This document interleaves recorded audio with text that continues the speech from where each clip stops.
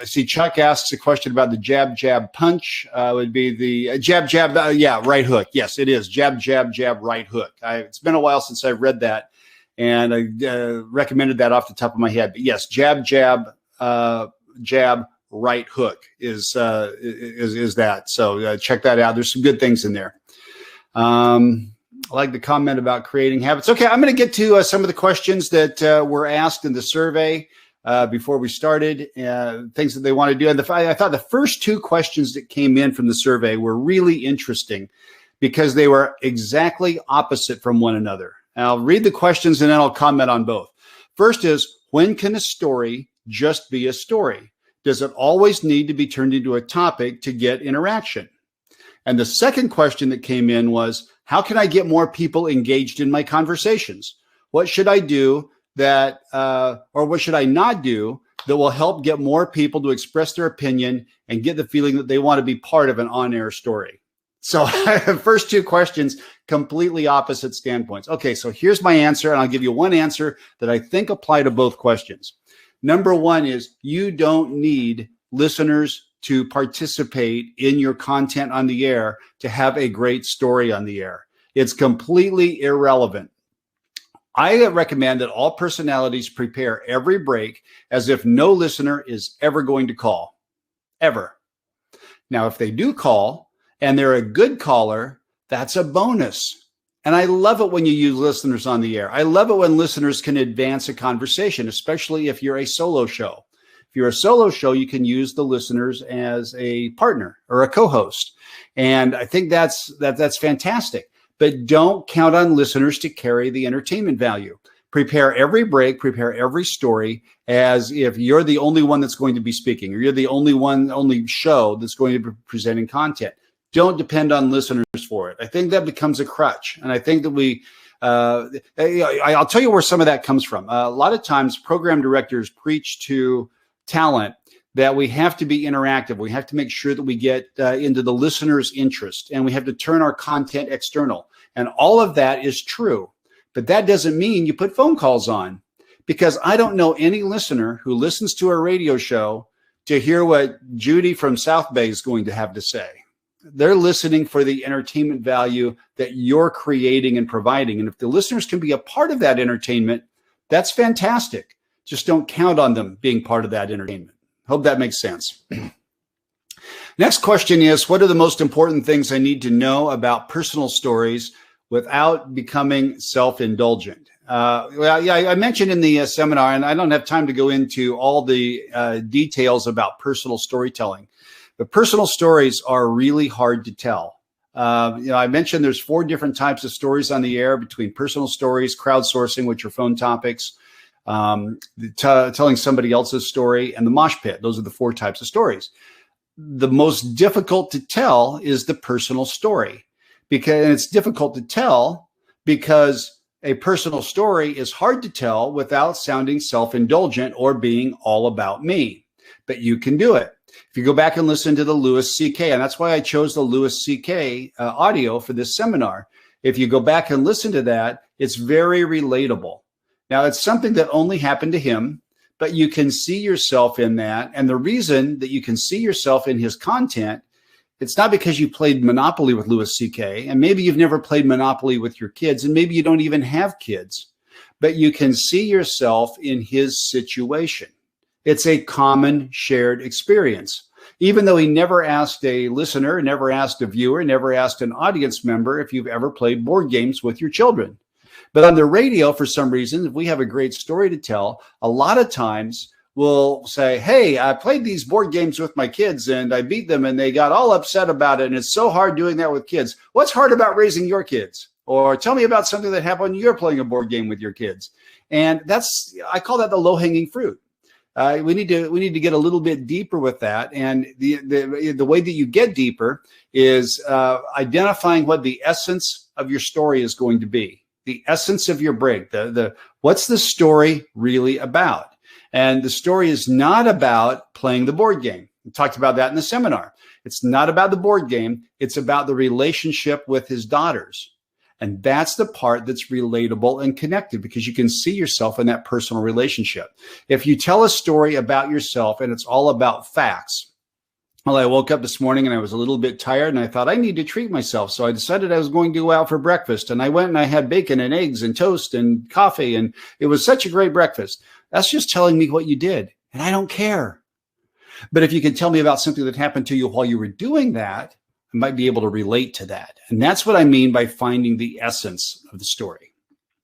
Next question that had come in is, what do you do if a partner tries to take over the break and won't let you tell your story, won't let you finish your story? They interrupt you. Well, this is a problem on a lot of multi-personality shows. And one of the reasons that's a problem is because a lot of personalities are better talkers than they are listeners. The one thing I've recommended on these webinars many times is improv classes. Improv classes are fantastic because they teach you to be in the moment and how to respond to the current situation. In fact, I'm going to be doing a seminar on improv and how improv can help your radio show here in the next few months. But improv will teach you how to not steal the spotlight, but to enhance the story that's being told. And if you go back again to the seminar on there can only be one storyteller, I think everybody on the show needs to understand that. And just because person A is the storyteller doesn't mean person B, C, and D are not important in the telling of the story. It's just that they play a different role there. It's almost like, to use a sports analogy or a sports metaphor, it's the storyteller is the quarterback. They're running everything. Everybody else are the bit players that play off of the quarterback. So now the host might be the storyteller in one break, and one of the co-hosts could be a storyteller in another break. It doesn't mean that the same person is the storyteller every time, but there can only be one storyteller. And when you try to tag team stories, or somebody is listening to what you're saying and they say, oh, I got a story for that. Let me tell you about what happened to me. And it might very well be related, but it just disrupts the story that's being told. Now, if you have a story that's related, that's a worthy story, that's great. Save it for when the break is over. And when the break is over, use it as a tease to get to the next break. Now you've got a different storyteller. So hopefully that isn't confusing. There's a lot there. Gloria says, there's so many principles here from stand-up comedy. Thanks for all the info. You're welcome. I appreciate that. Dane says, we have a saying on our show, not every story needs a moral, but every story needs a reason. Absolutely. That's a great, I'll probably steal that at some point, Dane. That's a great saying. Yeah, it's got to be a reason for the story. Why are we here? Why are we telling the story? Knowing why you're telling the story will help keep it from being self-indulgent. And you know what? If you force yourself to find a reason for telling the story, there's going to be a point to the story, and it almost forces you to get deeper in the show prep process. That can really, really help. That's a great saying. Tony Bristol, Tony, I was just talking about you yesterday. I'll send you an email and tell you why. In multiple personality shows, how do you invite specific characters to participate and others not to, because they may not have anything valuable to add to the topic? Is that possible? Yes, it is. It's not always easy. Sometimes it's sensitive, but it's possible, and it's also important. Everybody needs to know what role they play on a show. A lot of times I'll go back to how Seinfeld was constructed, and Seinfeld revolved around Jerry. Now, Jerry wasn't the most popular character on the show. In fact, he was the fourth most popular character on the show. I've got a survey, and I'm about to write an article about that. But Jerry's like the host of the show, and he's the one who makes the story happen. He was in almost every scene. There were hundreds and hundreds and hundreds of scenes with Jerry and Kramer, and Jerry and George, Jerry and Elaine, Jerry, George, and Kramer, Jerry, George, and Elaine. But there were not very many scenes ever in the entire history of the show. There were very few scenes when it was Kramer and Elaine without Jerry being present. Jerry was always there. That's because those characters knew what role they played in the success of the show. And every character on a radio show, every personality on a multi-personality show has to also know their place. What are they for? How do they contribute? What's their value? I'll give you another sports metaphor. It's like on a football team, you have your specialty backs. You've got your third down back. You've got a punter. You've got a kicker. They don't play on every play. It's not time for the kicker. You want a band metaphor. It's not time for the drum solo in every song. And if the drummer decides, I'm just going to go crazy here and bust out a drum solo, and the rest of the band isn't expecting it, when it's not time for the drum solo, it ruins the entire set. So everybody on a multi-personality show needs to know, am I the lead singer? Am I the bass player? Am I the lead guitar? Am I the drummer? Am I the backup singer? Am I the dancer? What role do I play on the show? And that is different with every multi-personality show because the characters are different and the personalities are different. So once those characters are well cast, and a program director should be very instrumental in casting it, and the host of the show, the main, the Jerry Seinfeld of the show, should be actively involved in managing this as well. And everybody knows how they are cast, what they're supposed to do. Are you the lead? What do you do? When everybody knows that, then those conversations and those discussions when going into a story on the air are a lot easier. But if they don't know what role they play, and you've just got 2 or 3 or 4 or 5 people who all think that they're the lead and they're the most important thing, and they don't know what role they're supposed to be playing on the air, that's when hurt feelings start to come up. And you don't have a for the show mentality. And for the show, I call it FTS, for the show mentality. And if every player is doing what's best for the show, then everybody, all those discussions, all those difficult discussions, okay, when I tell this story, you're going to step out and you're not going to be a part of this. Those conversations become a lot easier. Great question. Jace says, instead of telling the story, could we instead tease, for example, a well-known comic played Monopoly with his kids? You need to hear the outcome coming up in 7 minutes. And then you set it up and play the Louis C.K. break in its entirety going into a break. Could we do that on the air? I wouldn't, because I don't tune into your show to hear a Louis C.K. bit. And I think that even as good as that Louis C.K. bit is, it's terrific, it's funny. But why would you want to transfer credit to Louis C.K.? Tell your own story. Develop your own content. Develop your own original content. Original content is really important. Because if you play a piece of comedy, and I have that problem with some shows are still playing the highlights from last night's late night talk shows. I'm going to show you how funny Jimmy Kimmel was last night. Well, don't tell me how funny Jimmy Kimmel is, because as a listener, if I hear that and I get to work today, I might tell somebody else, hey, you should have heard what Jimmy Kimmel said last night. But I'm not telling them what I heard you say on the radio this morning. And there's a big difference in that. So don't take that easy way out of just looking for funny content that you can play on the air. Instead, use that example of Louis C.K. to help you craft your own stories. All right, if that makes sense. Heather, a great point. This rule works for real life interaction as well, not just for radio. It absolutely does. It absolutely positively does. Let's see, a couple more questions that had come in on the Q&A, the private Q&A that isn't public in the chat. I don't know how this applies to a DJ that only has a few seconds or a couple of minutes on their show. I'm mostly talking over intros, and I've got a limit of 1 minute and 20 seconds into every stop set. How can I apply all of these to such short breaks? Okay, here's the answer to that. It's prep. Louis C.K., that Monopoly story about playing Monopoly with his daughters, was 1 minute and 35 seconds. 1 minute 35. And most shows can probably, especially if you're as good as Louis C.K. is and you have a great story like that, can probably get away with 1 minute and 35 at least, maybe more. So 1 minute 35, but it was well prepared. And he didn't rush. He got all the elements, all of the tools of the Storyteller's toolkit into the story. All 7 of those fit into it, because it was so well crafted. Now, obviously, he didn't prep that 10 minutes before he went on stage. And he had delivered that multiple times in the past. It's part of his routine. But don't let that distract you from your ability to entertain in a short window.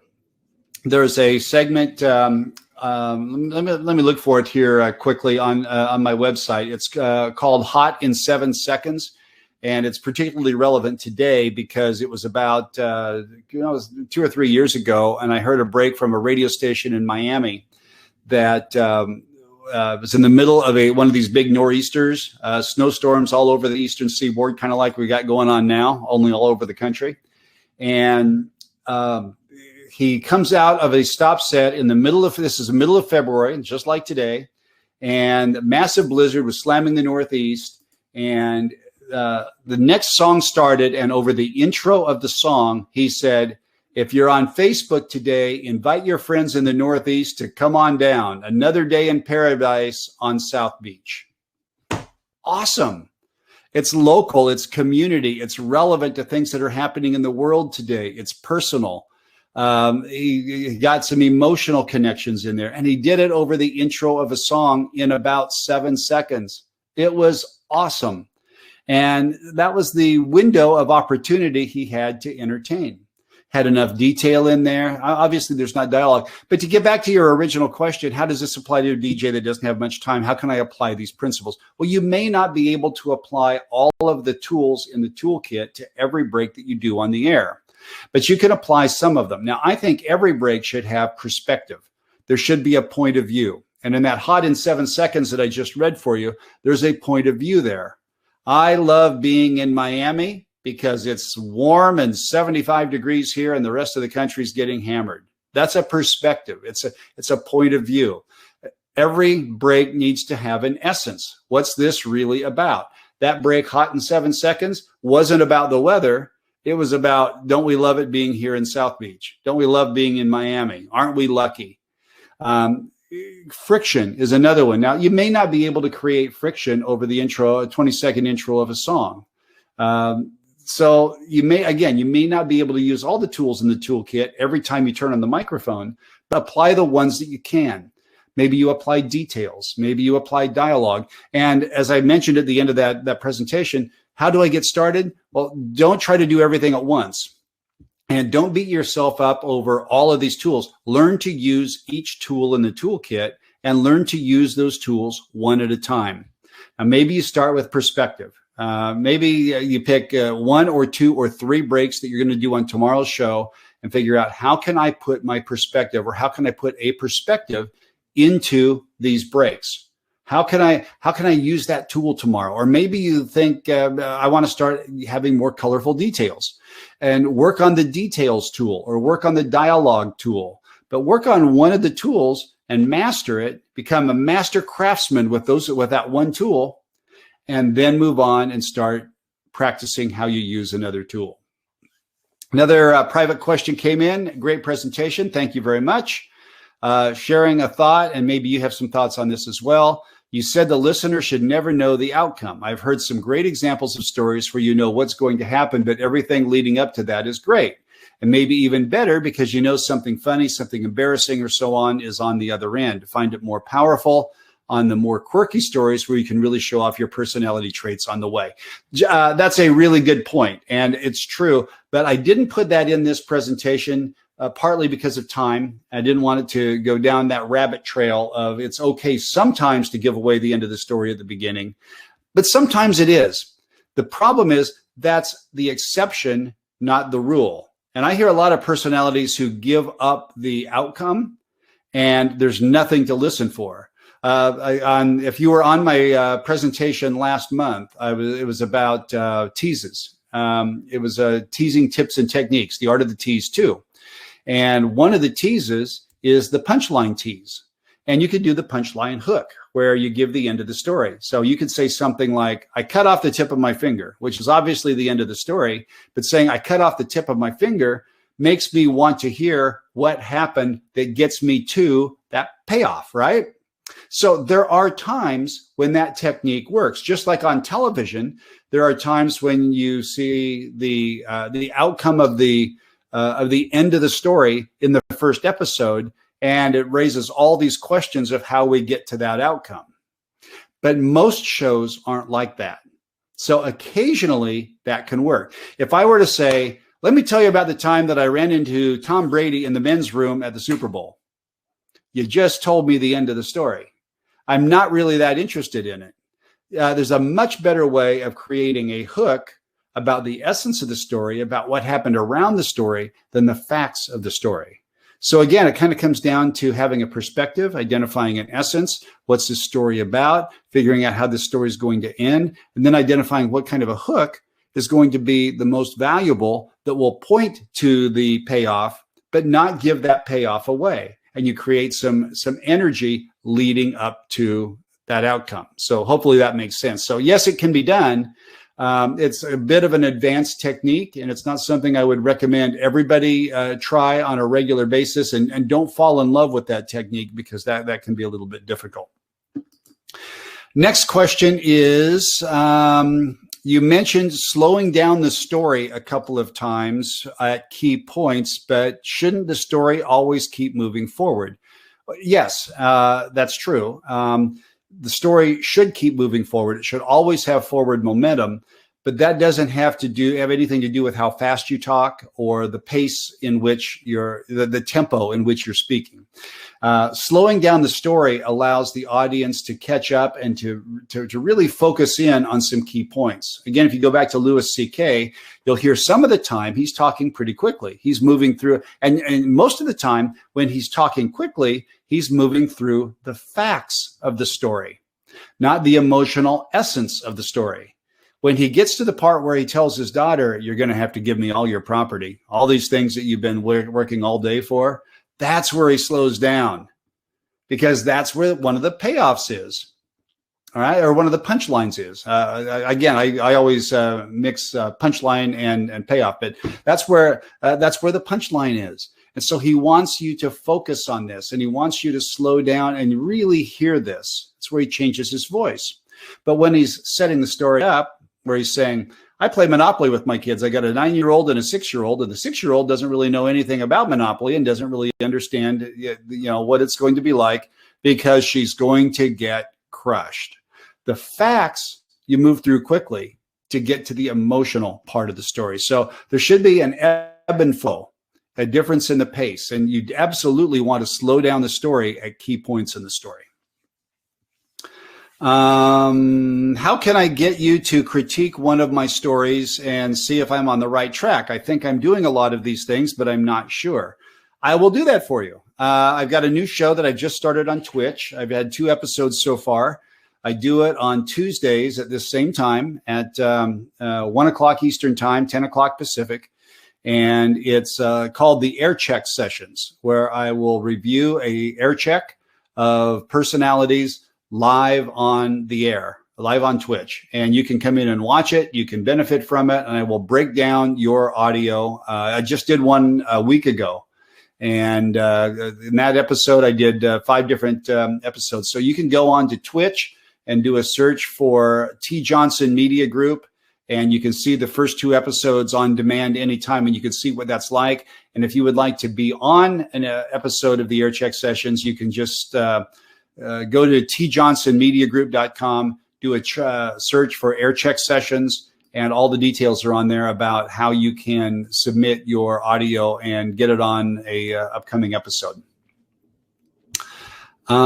Say something more about the first exit versus the best exit. My PD keeps telling me to get out at the first possible moment. I understand that your program director is probably more concerned about length of a break, or not going on too long after a punchline or too long after a payoff. The best exit, though, should be what you're focused on. And I hear a lot of shows who will get to a really good exit point and they have a great payoff, but instead of taking the exit, they continue to another exit, and the next exit isn't as good. The last exit has to be the best exit. And I think, I've seen a lot of research and research studies with dial testing that shows how listeners use the radio. And as you are continuing to extend a break and have conversations, listeners have less and less patience. You have to have, I call it breadcrumbs. You have to have punchlines along the way. We see evidence where listeners are constantly evaluating your content every 30 or 40 seconds to decide whether or not it's worthy and it's worth their time. And that's why you have to have multiple payoff punchlines. So don't get out of the first punchline, and you don't necessarily have to take the first exit, but the last exit, the exit you take, and the payoff that you have at the end of your break has to be the best exit. All right, so definitely use those. Use that to drop multiple punchlines along the way. Let's see. Next question was also about multiple punchlines, one payoff and multiple punchlines, and what's the difference? I think I just covered that. And back to the chat. And Brian says, when WCAU was hot hits and played Love is a Battlefield every 75 minutes, I have a tape of Billy Burke doing a uniquely Philly relatable and a full weather forecast on the intros of consecutive plays. Excellence. Billy Burke is awesome. Billy is a terrific DJ and personality. I would absolutely love to see that or to hear that. So Brian, if you have that audio and you can put that on an MP3 and send it to me, Tracy at tjohnsonmediagroup.com, and I will throw that up on the website so everybody can hear it. But that's awesome. 7-second intro. Yeah. Fantastic. I would love to hear it and would love to be able to share it.